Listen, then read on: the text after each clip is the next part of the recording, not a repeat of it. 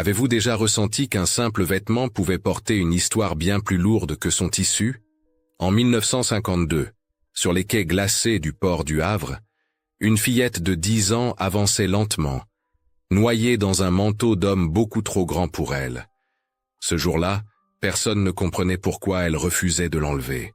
Mais quelques heures plus tard, un événement brutal sur un bateau de transport allait bouleverser sa famille et laisser derrière lui un mystère que seules les années futures permettraient de comprendre.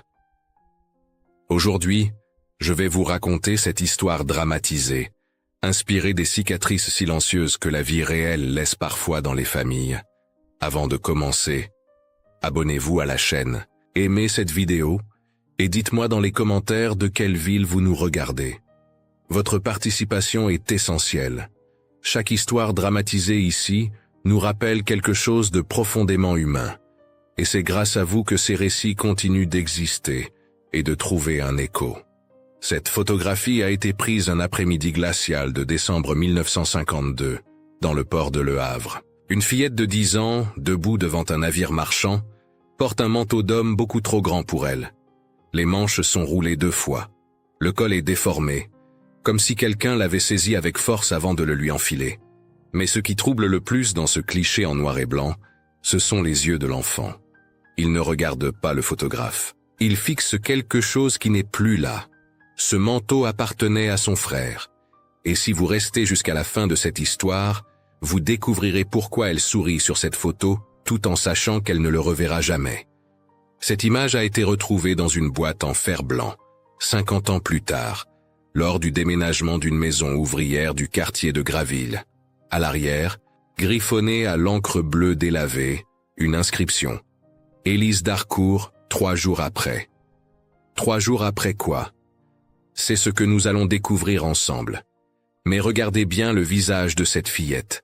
Remarquez l'absence de larmes. Remarquez la rigidité de ses épaules. Remarquez surtout ce sourire presque imperceptible qui ne touche pas ses yeux. C'est le sourire de quelqu'un qui vient de comprendre que certaines choses ne reviennent jamais. Novembre 1952. La France traverse encore les années difficiles de l'après-guerre. Dans les campagnes normandes, des milliers de familles luttent pour survivre. Les fermes licencient. Les villages se vident.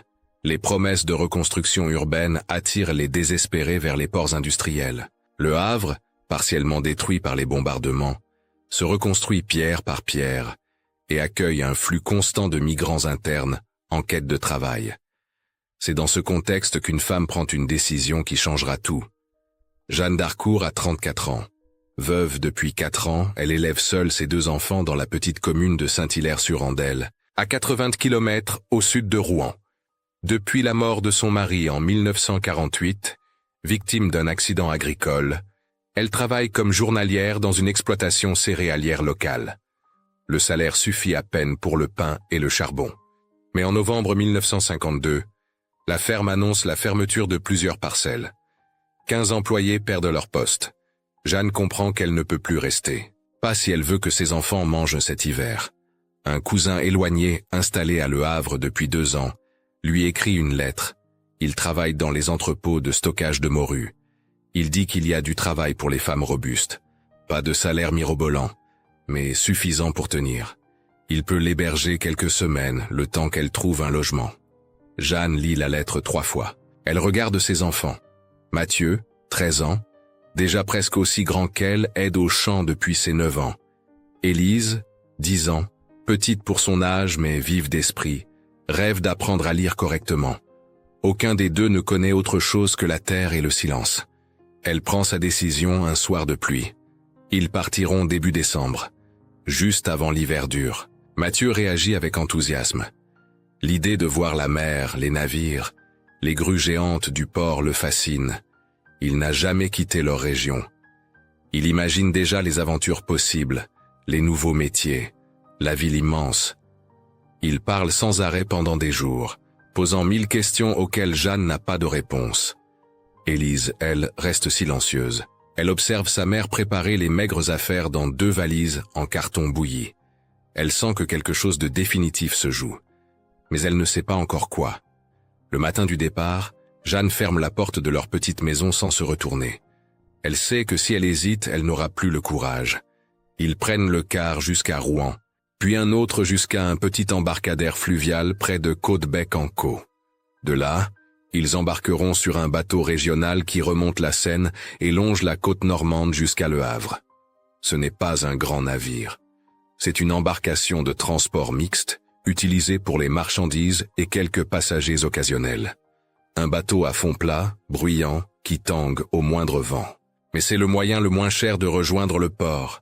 Quand ils montent à bord en fin de matinée, Jeanne compte 11 autres passagers. Des ouvriers qui rentrent après un contrat temporaire.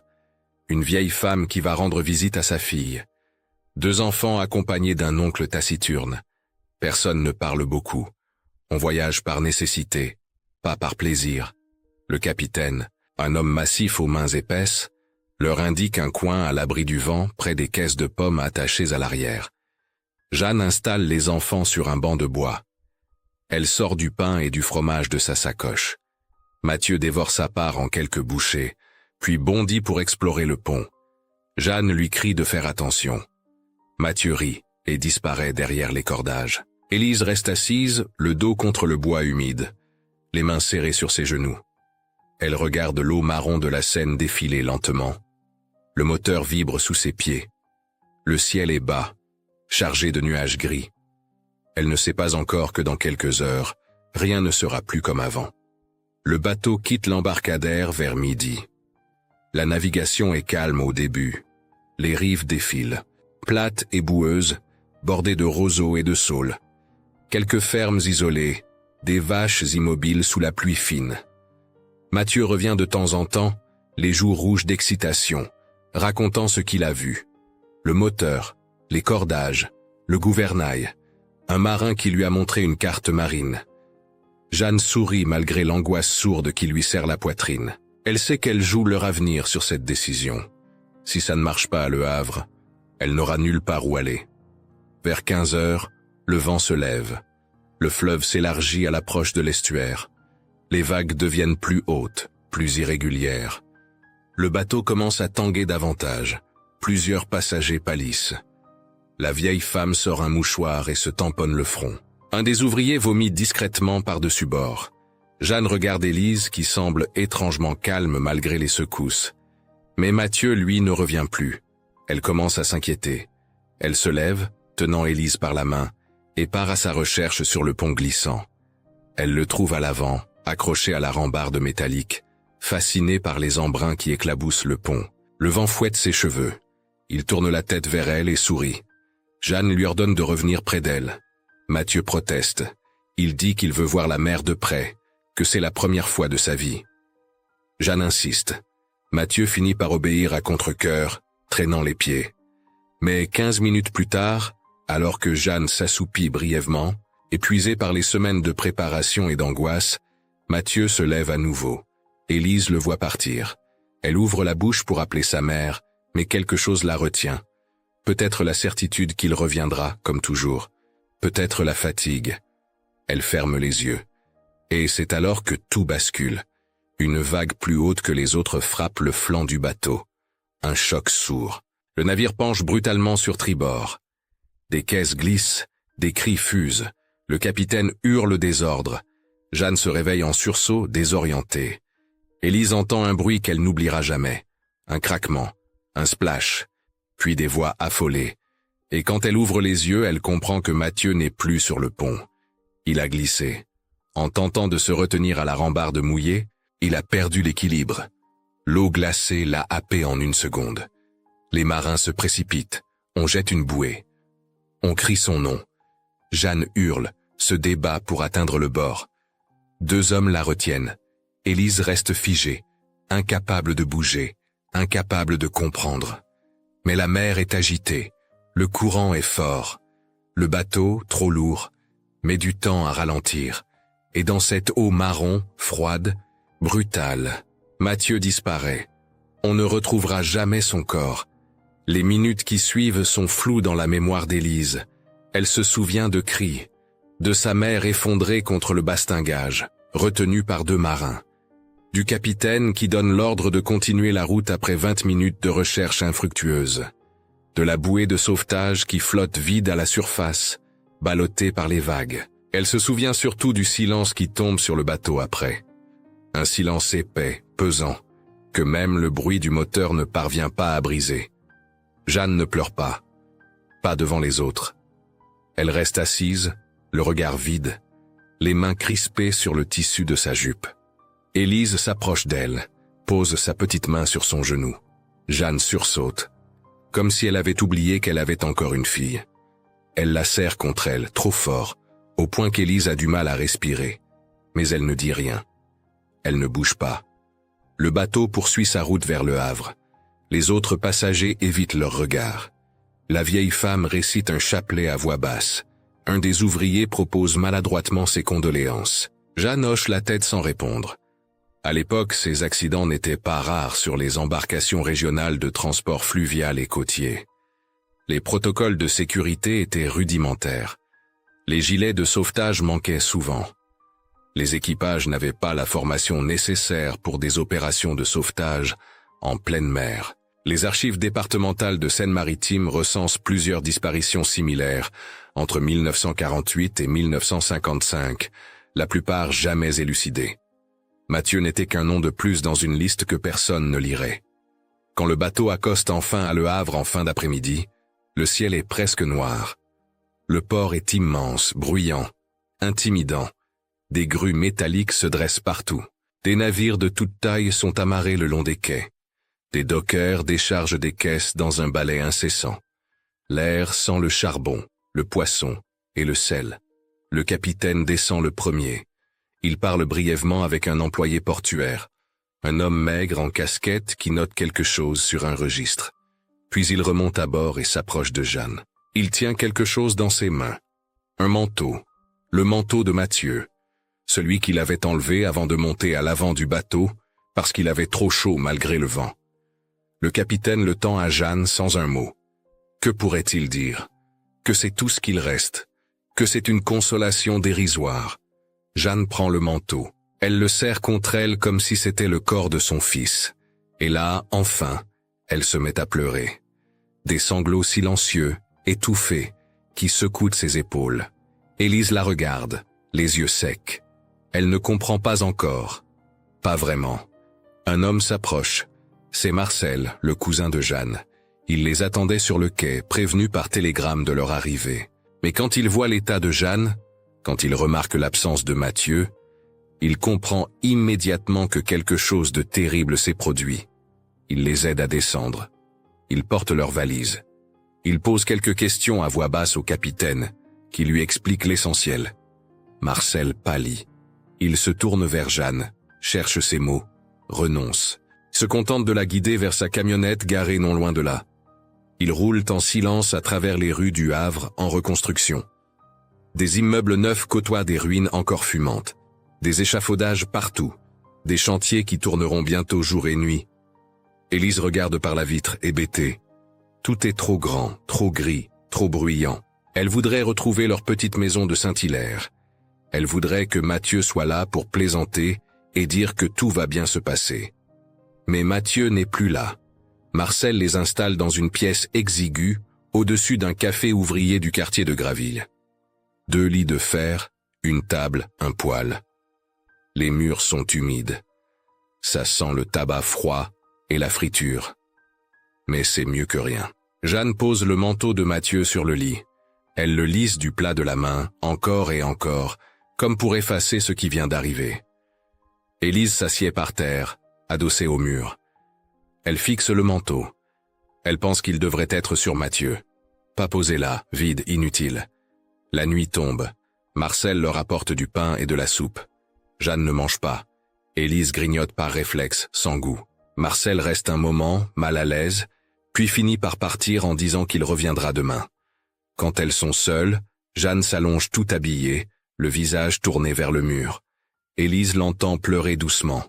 Elle voudrait la consoler, mais elle ne sait pas comment. Alors elle reste immobile, les genoux remontés contre sa poitrine, jusqu'à ce que le sommeil la prenne. Le lendemain matin, le froid est mordant. Le poêle s'est éteint pendant la nuit. Élise se réveille en grelottant. Elle voit sa mère debout près de la fenêtre, le regard perdu sur les toits. Le manteau de Mathieu est toujours sur le lit. Jeanne se tourne vers elle. Ses yeux sont rouges, gonflés. Mais il y a quelque chose de différent dans son expression. Une détermination froide, presque mécanique. Elle sait qu'elle ne peut pas s'effondrer. Pas maintenant. Pas complètement. Elle a encore une fille à nourrir. Elle prend le manteau. Elle le regarde longuement. Puis elle se dirige vers Élise. Sans un mot, elle lui enfile le manteau. Il est immense sur elle. Les manches tombent bien au-delà de ses mains. Le bas arrive presque à ses chevilles. Jeanne roule les manches 2 fois, 3 fois. Elle boutonne le col déformé. Élise reste immobile. Elle sent l'odeur de Mathieu sur le tissu. Une odeur de terre, de laine mouillée, de savon. Elle voudrait pleurer, mais les larmes ne viennent pas. Jeanne recule d'un pas.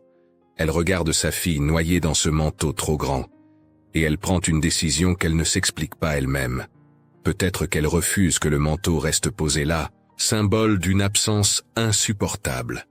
Peut-être qu'elle veut que quelque chose de Mathieu continue à vivre, même si ce n'est qu'à travers un vêtement. Peut-être qu'elle ne sait tout simplement pas quoi faire d'autre. Elle dit simplement « Tu le porteras », pour ne pas avoir froid. Élise hoche la tête. Elle comprend sans comprendre. Elle accepte ce qui ne devrait pas être accepté. Les jours suivants se déroulent dans un brouillard. Marcel aide Jeanne à trouver un emploi dans un entrepôt de stockage de morues séchées. Le travail est dur, physique, épuisant. Elle rentre le soir les mains rouges, les reins douloureux, sentant le poisson jusqu'aux cheveux. Mais elle ne se plaint pas, elle encaisse. Élise reste seule dans la chambre pendant la journée. Elle ne sort presque pas. Elle porte le manteau en permanence, même quand il ne fait pas si froid. Elle s'assied près de la fenêtre et regarde les gens passer dans la rue. Des ouvriers qui vont au chantier, des femmes qui portent des seaux, des enfants qui courent en criant. Elle ne joue pas, elle ne parle presque pas. Jeanne s'inquiète, mais elle ne sait pas quoi faire. Elle n'a pas le temps de s'inquiéter. Elle n'a pas le luxe du chagrin qui s'étire. 3 jours après leur arrivée à Le Havre, un homme frappe à leur porte. C'est Henri Loisel, employé administratif du port. Dans le cadre d'un programme de recensement des nouveaux arrivants, il prend des photographies pour documenter les flux migratoires internes. Une initiative du ministère de la Reconstruction pour mieux comprendre les mouvements de population. Il explique la démarche à Jeanne. Elle hésite. Elle n'a pas envie de sourire pour une photo. Pas maintenant. Mais Henri insiste poliment. C'est administratif. Ça ne prendra qu'1 minute. Et puis, dit-il avec douceur, c'est gratuit. Elle pourra garder un tirage. Jeanne accepte finalement. Elle appelle Élise qui arrive lentement, les mains enfoncées dans les poches du manteau. Henri les emmène sur le quai, près d'un navire marchand amarré. La lumière de fin d'après-midi est dure, inclinée. Il installe Élise devant l'objectif. Il lui demande de regarder l'appareil. Élise obéit. Elle se tient droite. Elle ne sourit pas vraiment. Juste un léger relèvement des commissures des lèvres, presque imperceptible. Mais ses yeux ne suivent pas.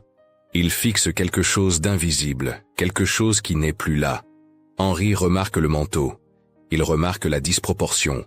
Il remarque surtout quelque chose dans le regard de cette fillette qui le trouble profondément. Il ne pose pas de questions. Il prend la photo. Un clic. 10 secondes de silence. Puis c'est fini. Jeanne remercie. Henri promet de leur apporter un tirage dans quelques jours. Elles rentrent à la chambre. La vie continue. Ou du moins, elle essaie. Les semaines passent dans une routine mécanique. Jeanne se lève avant l'aube, avale un café noir, enfile ses vêtements de travail et rejoint l'entrepôt de morues où l'attendent des montagnes de poissons séchés à trier, peser et emballer. Les journées durent 10 heures, parfois 12. Le froid des salles de stockage lui glace les os. L'odeur ne part jamais vraiment, même après s'être lavée. Le soir, elle rentre épuisée, les épaules lourdes, les mains gercées. Elle prépare un repas sommaire pour Élise et elle. Soupe de légumes, pain rassis trempé dans du lait. Parfois, Marcel leur apporte des restes du café où il travaille comme cuisinier. Jeanne mange sans plaisir, par nécessité. Elle s'effondre ensuite sur son lit et dort d'un sommeil sans rêve. Elle ne parle presque jamais de Mathieu, comme si prononcer son nom rouvrait une plaie qu'elle s'efforce de maintenir fermée. À cette époque, le deuil ne se discutait pas. On le portait en silence. On continuait à vivre parce qu'il le fallait. Les psychologues étaient rares, réservés aux cas d'aliénation mentale grave. Une mère qui perdait son fils devait simplement être forte. Jeanne est forte. Mais au prix de quoi? Élise, elle, passe ses journées dans la chambre exiguë. Elle regarde par la fenêtre les allées et venues dans la rue. Elle compte les camions qui passent. Elle observe une femme qui bat ses tapis tous les matins à la même heure. Elle guette le retour de sa mère comme on attend une bouée en pleine tempête. Elle porte le manteau de Mathieu même quand il fait relativement doux. Elle en a fait une seconde peau. Jeanne la laisse faire. Elle comprend confusément que ce vêtement est devenu un lien, le dernier fil qui relie sa fille à son frère disparu. En janvier 1953, après plusieurs semaines de report, Jeanne finit par inscrire Élise à l'école publique du quartier. C'est une obligation légale, mais surtout une nécessité pratique. Elle ne peut pas laisser sa fille seule toute la journée indéfiniment. L'école primaire de Graville est un bâtiment austère en briques rouges, noirci par la suie des usines voisines. Les fenêtres sont hautes, les salles de classe froides. Les élèves sont principalement des enfants d'ouvriers, de dockers, de familles immigrées venues d'Italie, de Pologne, d'Espagne. Certains parlent à peine français, d'autres arrivent le ventre vide. Le premier jour, Jeanne accompagne Élise jusqu'à la porte. Elle lui dit de bien écouter la maîtresse, de ne pas faire de bêtises. Élise hoche la tête. Elle entre dans la cour de récréation, petite silhouette engloutie dans son manteau trop grand. Les autres enfants la dévisagent. Quelques-uns rient. Une fille aux nattes blondes lui demande pourquoi elle porte un vêtement d'homme. Élise ne répond pas. Elle se dirige vers un coin de la cour, s'adosse au mur et attend que la cloche sonne. La maîtresse, Madame Roux, est une femme d'une quarantaine d'années, aux cheveux gris tirés en chignon strict, aux lunettes rondes qui glissent constamment sur son nez. Elle enseigne depuis 20 ans. Elle a vu défiler des centaines d'enfants cabossés par la guerre, la pauvreté, les familles brisées. Elle a appris à repérer les silences qui cachent des drames. Quand Élise entre dans la classe et s'assied au fond, près du radiateur éteint, Madame Roux remarque immédiatement le manteau.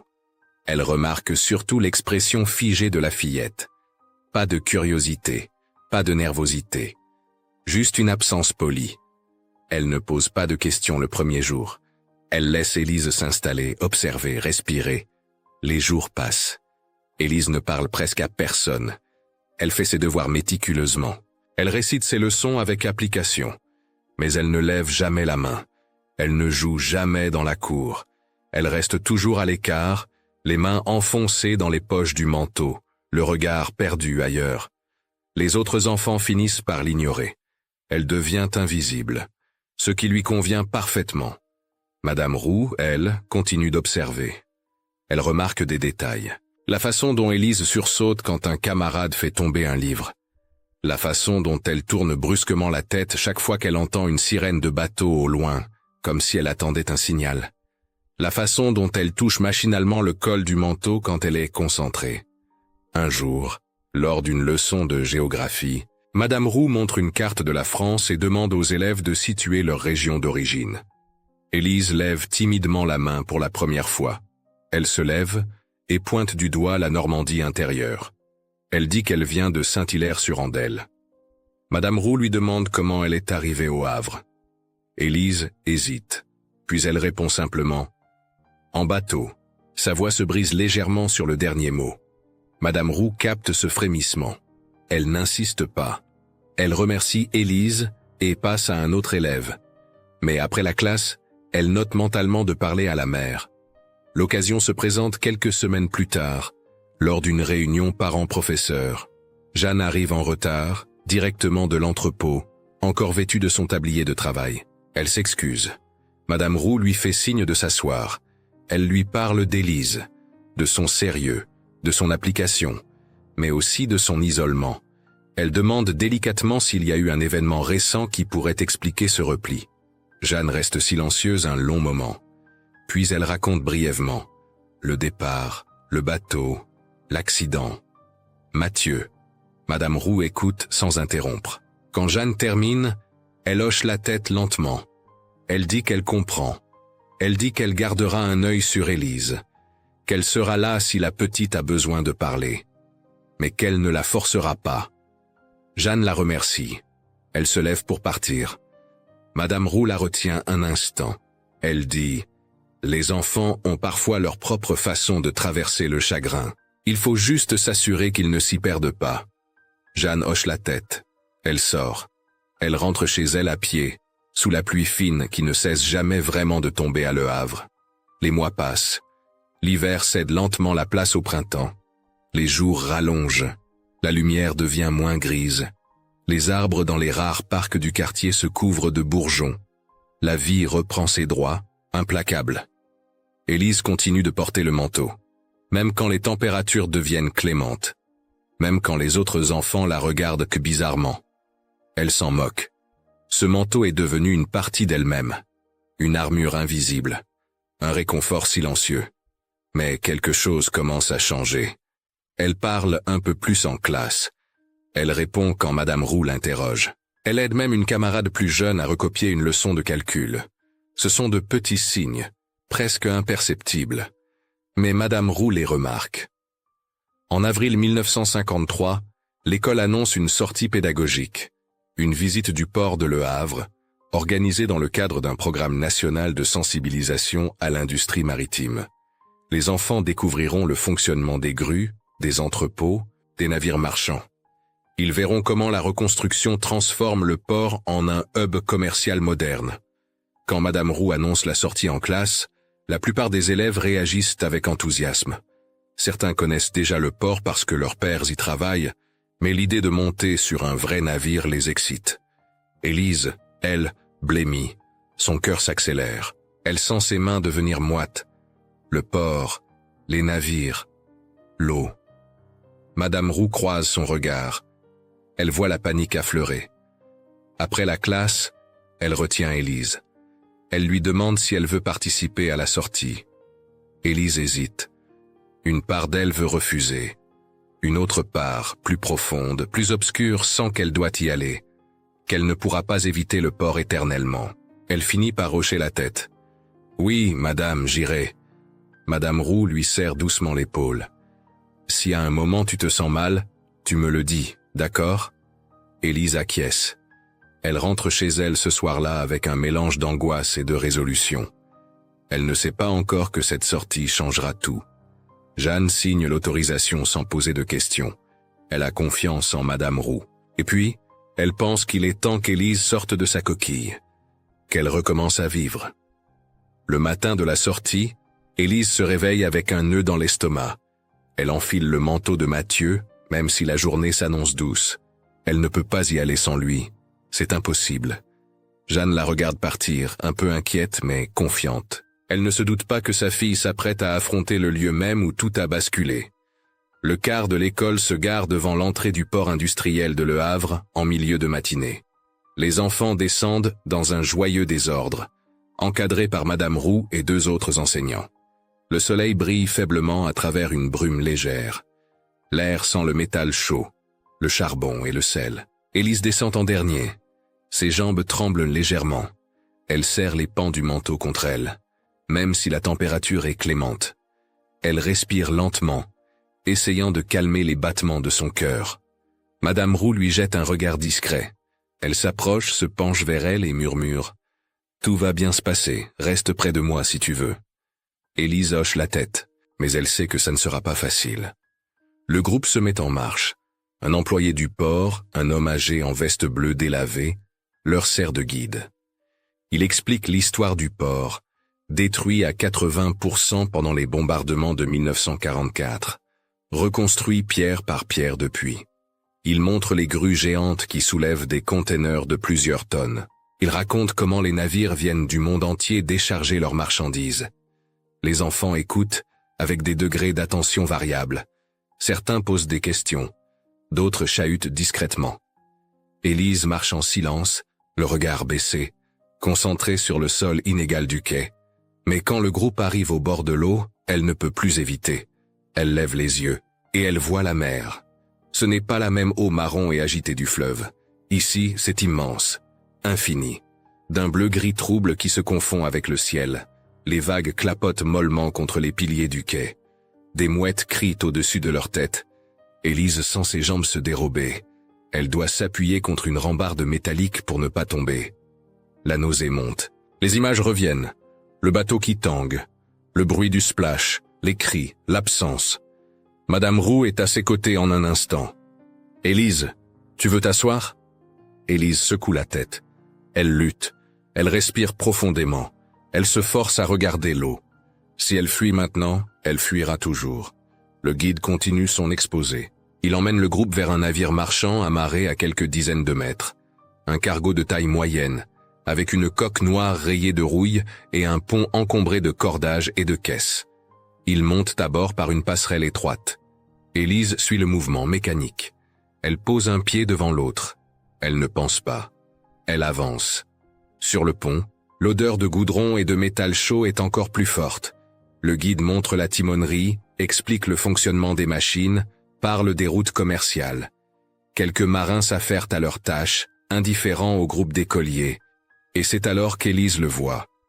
Un marin, torse nu malgré la fraîcheur matinale, est en train de plier un manteau masculin. Un manteau épais, de laine marron. Les manches sont usées. Le col est déformé. Élise s'arrête net. Son cœur manque un battement. Ce n'est pas le manteau de Mathieu. Elle le sait rationnellement. Mais il lui ressemble tellement. La même coupe, la même couleur, la même usure aux coutures. Le marin le pose sur une caisse et s'éloigne. Le manteau reste là, plié, banal. Et quelque chose se brise en Élise. Elle comprend soudain, avec une clarté brutale qu'elle n'avait jamais éprouvée jusqu'ici, ce que signifie vraiment l'absence de Mathieu. Le port est plein de manteaux, de vêtements abandonnés, de choses qui restent quand les personnes disparaissent. Mais les manteaux ne ramènent pas les gens. L'eau garde ce qu'elle prend. Elle ne négocie pas. Elle ne rend rien. Mathieu ne reviendra jamais. Pas dans une semaine. Pas dans un mois. Pas dans un an. Jamais. Élise sent les larmes monter, mais elle les retient. Elle serre les poings. Elle regarde l'eau qui s'étend au-delà du navire, calme et indifférente. Cette même eau qui a avalé son frère. Cette même eau qui continue de bouger, de vivre, de respirer, comme si rien ne s'était passé. Elle baisse les yeux sur le manteau qu'elle porte. Le manteau de Mathieu. Celui qu'elle n'a pas enlevé depuis des mois. Celui qu'elle a transformé en bouclier, en seconde peau, en dernière présence. Mais soudain, pour la première fois, elle sent combien il est lourd, combien il l'étouffe, combien il l'empêche de respirer librement. Elle n'a pas besoin de porter son frère pour se souvenir de lui. Elle n'a pas besoin de s'enfermer dans ses vêtements pour l'honorer. Mathieu ne voudrait pas ça. La vérité tombe sur elle avec la force d'une révélation. Simple, évidente, nécessaire. Elle peut continuer à vivre sans le manteau. Elle peut continuer à aimer son frère sans le porter sur ses épaules. Le groupe se remet en marche. Madame Roux, qui n'a pas quitté Élise des yeux, remarque le changement dans son expression. Quelque chose s'est dénoué. Quelque chose d'essentiel. Ils redescendent du navire. Ils rejoignent le quai. Le guide conclut la visite en expliquant l'importance économique du port pour la reconstruction de la région. Élise écoute à peine. Elle regarde autour d'elle, cherchant un endroit tranquille. Elle voit un parapet de bois, légèrement à l'écart du groupe. Elle s'approche de Madame Roux. « Madame, est-ce que je peux rester ici une minute, seule ?» Madame Roux hésite, puis elle voit le regard d'Élise. Calme, résolu, pas paniqué, pas fuyant, juste déterminé. Elle acquiesce. « 1 minute. Je reste là-bas, tu me vois. » Élise hoche la tête. Elle marche lentement vers le parapet. Elle pose ses mains sur le bois rugueux. Elle regarde l'eau une dernière fois. Puis, avec des gestes lents et précis, elle déboutonne le manteau de Mathieu. Elle le retire. Le plie soigneusement. Le tient contre sa poitrine un instant, les yeux fermés.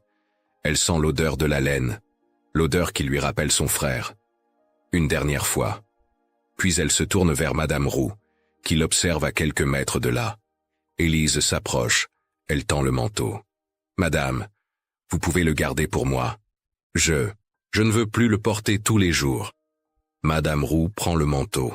Elle le tient avec précaution comme on tient quelque chose de sacré. Elle voit les yeux d'Élise, brillants mais secs. Elle voit ses épaules, redressées. Elle voit une fillette qui vient de traverser un cap immense, silencieux, invisible pour les autres. Elle dit doucement « Je vais le donner à ta maman ce soir. Elle le gardera en sécurité. D'accord ?» Élise hoche la tête. « Merci, madame. » Le groupe rejoint le car. Les enfants montent en désordre, surexcités par la visite. Élise monte en dernier. Elle s'assied près de la fenêtre. Elle regarde le port s'éloigner. Elle se sent légère, terriblement, étrangement légère, comme si un poids invisible venait de se détacher de ses épaules. Le soir, quand Jeanne rentre du travail, Madame Roux l'attend devant leur immeuble. Elle lui tend le manteau plié. Elle explique ce qui s'est passé. Pas tout, juste l'essentiel. Élise a décidé de ne plus le porter. C'est un bon signe. Jeanne prend le manteau. Elle le serre contre elle. Et là, pour la première fois depuis des mois, elle pleure devant quelqu'un d'autre que sa fille. Pas de chagrin pur, mais de soulagement. Parce qu'elle vient de comprendre qu'Élise va s'en sortir, qu'elle est plus forte qu'elle ne le pensait. Madame Roux pose une main sur son épaule. « Votre fille a du courage, Madame d'Harcourt, un courage que beaucoup d'adultes n'ont pas. » Jeanne hoche la tête, incapable de parler. Elle monte l'escalier étroit qui mène à leur chambre. Elle entre. Élise est assise sur son lit, un livre de classe ouvert devant elle. Jeanne s'assied à côté d'elle. Elle pose le manteau entre elles. Élise le regarde. Puis elle regarde sa mère. « Maman, je l'aime toujours, tu sais. Mathieu. Mais je ne veux plus. » Elle cherche ses mots. Jeanne attend. Je ne veux plus avoir l'impression qu'il est encore là quand il n'est plus là. Ça fait trop mal. Jeanne attire sa fille contre elle. Elles restent ainsi serrées l'une contre l'autre, dans cette chambre froide et humide qui ne ressemble à rien qu'elles aient jamais connu. Mais pour la première fois depuis longtemps, quelque chose ressemble à de la paix. Les jours qui suivent marquent un tournant silencieux. Élise ne parle pas soudainement de Mathieu à tout bout de champ. Elle ne pleure pas non plus en public. Mais quelque chose a changé dans son regard, dans sa posture, dans sa façon d'habiter le monde. Elle commence à participer davantage en classe. Elle lève la main pour répondre aux questions de Madame Roux. Elle aide spontanément une camarade plus jeune qui peine à lire. Elle sourit même, parfois, quand un autre enfant raconte une blague. Madame Roux observe cette transformation avec satisfaction. Elle ne fait pas de commentaires. Elle laisse simplement Élise reprendre racine à son propre rythme. Le manteau de Mathieu, lui, reste plié dans une boîte en bois que Jeanne a achetée au marché. Elle le range sous son lit, pas pour l'oublier, mais pour qu'il cesse d'être une présence quotidienne douloureuse, pour qu'il devienne simplement un souvenir, un objet qui a existé, qui a compté, mais qui n'a plus besoin de définir le présent. Jeanne continue son travail épuisant à l'entrepôt de morue. Ses mains deviennent calleuses, ses épaules se voûtent légèrement sous le poids constant des charges. Mais elle tient bon, elle économise sou par sou. Elle rêve secrètement d'un jour quitter cette chambre exiguë pour un petit appartement plus salubre. Mais surtout, elle regarde sa fille grandir. Et elle réalise qu'Élise a fait quelque chose qu'elle-même n'a pas encore réussi. Accepter la perte sans s'y noyer. Les mois passent, l'été arrive, puis l'automne, puis un nouvel hiver. Élise a 11 ans maintenant. Elle a grandi de quelques centimètres. Elle ne porte plus de vêtements trop grands pour elle. Jeanne lui a acheté un manteau à sa taille, d'occasion, mais qui lui va bien. Un jour en classe, Madame Roux demande aux élèves ce qu'ils aimeraient faire plus tard. Les réponses fusent. Mécanicien, infirmière, boulanger, conducteur de train. Quand vient le tour d'Élise, elle hésite. Puis elle dit, d'une voix claire, « Je voudrais travailler au port, pas pour charger des caisses, mais pour comprendre comment ça marche. Les navires, les routes, la mer. » Quelques élèves rient. Une fille, au port? Madame Roux impose le silence d'un regard sévère. Et pourquoi pas, dit-elle simplement. Élise explique. Elle dit qu'elle veut savoir d'où viennent les bateaux et où ils vont. Elle veut comprendre pourquoi certains coulent, et d'autres arrivent à bon port. Elle veut apprendre à lire les cartes, à prévoir les tempêtes, à calculer les routes. Madame Roux sourit. Elle voit dans cette ambition quelque chose de profondément sain. Élise ne fuit pas la mer. Elle ne la craint pas non plus. Elle veut l'apprivoiser, la comprendre, transformer le lieu de sa blessure en terrain de connaissance. À 13 ans, Élise quitte l'école primaire avec d'excellentes notes. Madame Roux lui obtient une bourse partielle pour entrer dans une école technique commerciale spécialisée dans le commerce maritime. C'est rare pour une fille, mais les temps changent lentement. Le port a besoin de personnel qualifié. Si elle est douée, elle aura sa chance. Élise saisit cette opportunité avec une détermination qui surprend même Jeanne. Elle étudie avec acharnement. Elle apprend le calcul, la géographie maritime, les rudiments de l'anglais commercial.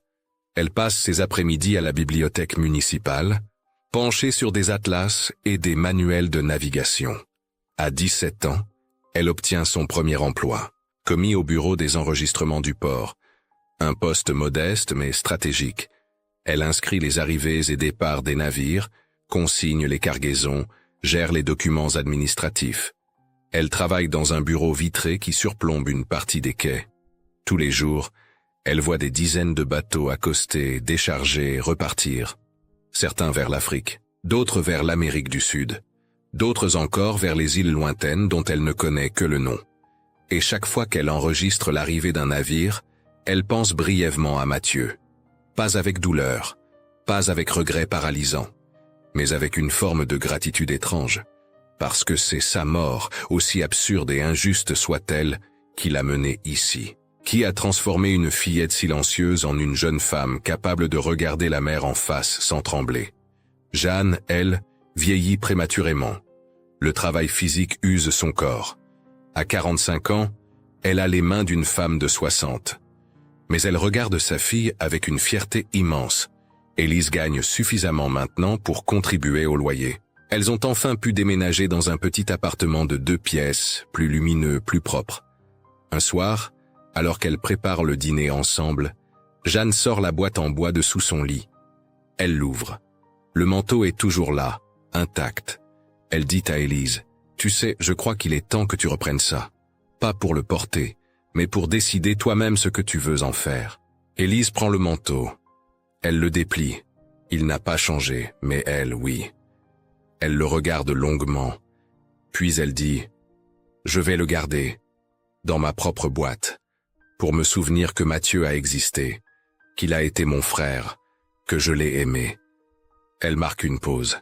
Mais aussi pour me souvenir que j'ai appris à vivre sans lui, et que ce n'est pas une trahison. Jeanne sourit. Ses yeux sont humides, mais elle ne pleure pas. Elle embrasse sa fille sur le front. Les années passent encore. Élise gravit lentement les échelons du bureau portuaire. Elle devient assistante administrative principale. Puis, à force de compétences et de ténacité, elle est nommée responsable adjointe du service d'enregistrement. Elle se marie à 26 ans avec un ingénieur naval, un homme doux et patient qui l'écoute parler de son frère disparu sans jamais juger ou minimiser. Ils ont 2 enfants, une fille et un garçon. Élise leur raconte l'histoire de Mathieu. Elle leur montre la photographie prise 3 jours après l'accident, celle où elle porte le manteau trop grand. Ses enfants écoutent, fascinés. Ils posent des questions. Élise répond avec honnêteté. Elle ne cache pas la douleur, mais elle ne s'y attarde pas non plus. Elle leur enseigne quelque chose d'essentiel. On ne surmonte pas une perte en l'effaçant. On la surmonte en apprenant à vivre à côté d'elle, en lui donnant une place dans sa vie sans la laisser occuper toute la place. Jeanne meurt en 1978 à 60 ans, usée par des décennies de labeur. Mais elle meurt apaisée, sachant qu'Élise a construit une vie pleine, riche, équilibrée. À ses funérailles, Élise lit un texte qu'elle a écrit. Elle parle de sa mère, de son courage, de sa résilience. Et elle parle aussi de Mathieu, de ce frère qu'elle n'a connu que 10 ans, mais qui a façonné sa vie entière. Aujourd'hui, Élise a 72 ans. Elle est à la retraite depuis longtemps. Elle vit dans une petite maison près de Honfleur, avec vue sur l'estuaire de la Seine. pas loin du lieu où tout a commencé. Elle regarde souvent la mer, mais elle ne la craint plus. Elle l'a comprise. Elle l'a apprivoisée. Elle sait que l'eau donne et reprend, qu'elle connecte et sépare, qu'elle est à la fois berceau et tombe. La photographie de 1952 est posée sur sa commode, dans un cadre simple. À côté, il y a une autre photo. Mathieu, prise quelques mois avant sa mort, souriant devant la ferme de Saint-Hilaire. Élise ne cache pas son histoire, mais elle ne s'y réduit pas non plus. Parfois, ses petits-enfants viennent lui rendre visite. Ils voient la photo. Ils demandent « Mamie, c'est qui ce garçon ?» Et Élise répond « C'est Mathieu, mon frère. Il est mort très jeune, mais il m'a appris quelque chose d'important. » « Quoi, mamie ? Que l'amour ne meurt jamais, même quand les gens disparaissent, mais qu'il ne faut pas laisser cet amour nous empêcher de vivre, parce que c'est en vivant pleinement qu'on honore vraiment ceux qu'on a perdus. Les enfants hochent la tête même s'ils ne comprennent pas tout. Mais un jour ils comprendront, et la photo restera là, simple témoignage d'un jour de décembre 1952, où une fillette de 10 ans a commencé à apprendre la plus difficile des leçons. Accepter ce qui ne peut pas être changé. Le manteau, lui, est toujours dans sa boîte en bois. Élise ne l'a jamais redonné. Elle ne l'a jamais jeté. Il est là, simplement. Mémoire tangible d'un frère qui ne reviendra jamais, et d'une enfant qui a appris à transformer le deuil en force. Et si vous vous demandez pourquoi elle souriait sur cette photo, 3 jours après avoir tout perdu, la réponse est simple. Elle ne souriait pas. Elle tenait juste debout. Et parfois, c'est déjà un miracle. Dans cette histoire fictionnelle, dramatique mais profondément ancrée dans notre réalité humaine, Élise nous rappelle que certaines douleurs ne disparaissent pas. Elles se transforment. Et parfois, c'est cette transformation silencieuse qui nous permet d'avancer. On ne guérit jamais en effaçant le passé, mais en apprenant à vivre à côté de lui, sans le laisser nous engloutir. Et vous ? Qu'est-ce que cette histoire vous fait comprendre sur la manière dont les enfants portent un deuil qu'ils ne savent pas nommer? Avez-vous déjà vu quelqu'un survivre grâce à un simple objet devenu symbole? Quelles traces invisibles de vos ancêtres restent encore en vous, même après plusieurs générations? Si vous êtes resté jusqu'ici, écrivez dans les commentaires le mot « résilience » afin que je sache que vous avez suivi Élise jusqu'au bout de son chemin. Dites-moi aussi de quelle ville vous regardez cette vidéo. Et si vous le souhaitez, partagez une histoire ancienne de votre famille, un souvenir, une photo, une légende, qui pourrait inspirer de nouveaux récits pour le canal. Merci d'avance. Votre mémoire familiale fait vivre ces histoires. N'oubliez pas de vous abonner, d'aimer la vidéo, d'activer la cloche et de partager ce récit avec quelqu'un qui pourrait en avoir besoin. Et si vous voulez continuer ce voyage à travers les histoires qui parlent de vie, de perte et de courage, cliquez sur le quart final pour découvrir nos autres vidéos.